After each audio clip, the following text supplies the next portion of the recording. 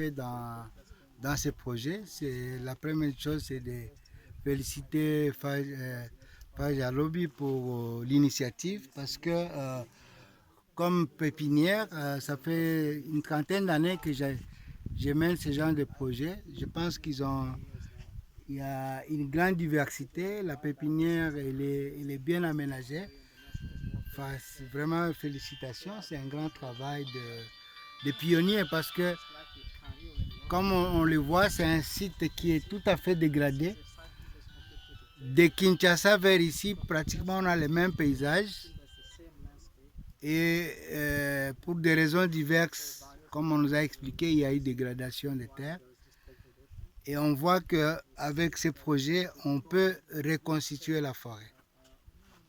Alors, au-delà des espèces que nous avons vues, on a vu qu'il y a des acacias. En fait, les acacias, leur rôle, c'est de fertiliser le sol. Comme on a dit, c'est des engrais verts qui vont faciliter la régénération de ces plantes dans ces milieux qui sont très dégradés. Le grand conseil que moi je pourrais laisser au projet, c'est qu'ils ont fait le reboisement avec les soucis de rayonnement solaire. Ça veut dire qu'ils ont pris l'orientation est-ouest pour qu'il y ait du soleil dans les rangées de plantules. Mais il est conseillé pour des sols en pente comme celle-ci,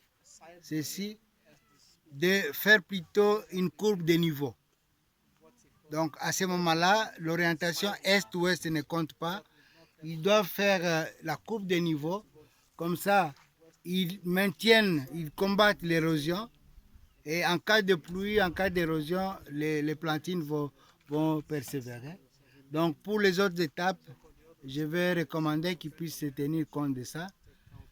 Et j'ai aussi échangé avec les travailleurs parce que nous devons aussi voir ce genre d'aspect. Quelle est la contribution du projet par rapport au développement local?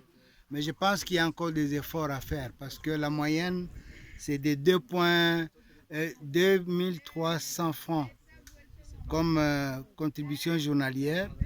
C'est une moyenne qui est en deçà parce que dans les autres activités, on est autour de 3 000 à 4 000 francs par jour. Et le mois, ça fait 46 000 francs. 46 000 francs, c'est autour de 25 ou 30 dollars, je crois. Même, hein? 25 dollars, moins de 30 dollars. Donc, c'est vraiment par rapport au SMIC, il y a un grand travail à faire. Mais c'est normal pour un travail de pionnier qu'au début, ce soit difficile.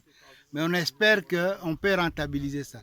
La rentabilisation de ce genre de projet, c'est de voir aussi comment intégrer les arbres fruitiers. Et je pense que j'ai appris qu'ils sont dans l'autre phase, ils vont mettre des arbres fruitiers.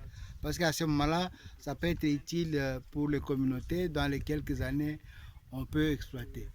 Mais dans des sols comme ça, ils peuvent aussi planter les soja. Les soja, les arachides, parce que ça permet de rentabiliser, d'avoir aussi des revenus pour les communautés. Voilà ce que je peux dire à ce moment-là.